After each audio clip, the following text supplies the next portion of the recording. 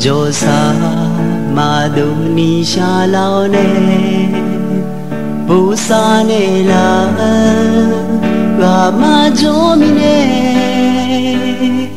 nga amau le lanya aline ama jolonu shaji ama holela ji amagatunela shaji amate shalonga dina lite jone shaji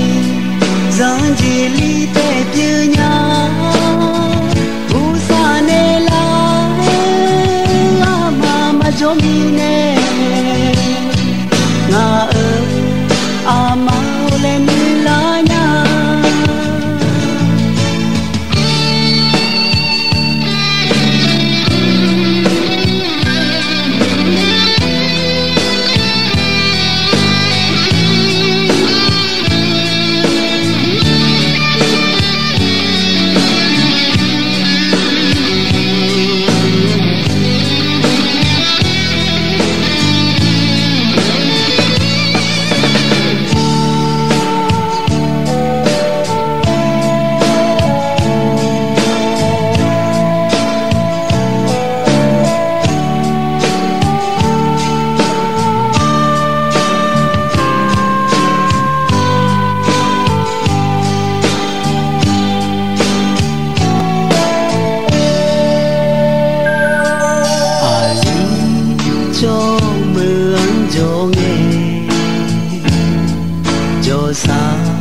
madunisha laone busane la gama jomine nga amau le nilanya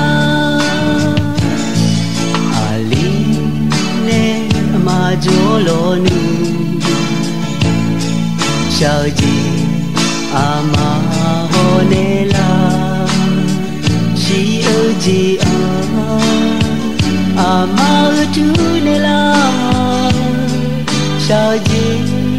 amate shalonga nuina nite jone shaji zanji lite pyanya usanela mama jomine amau le milanya nga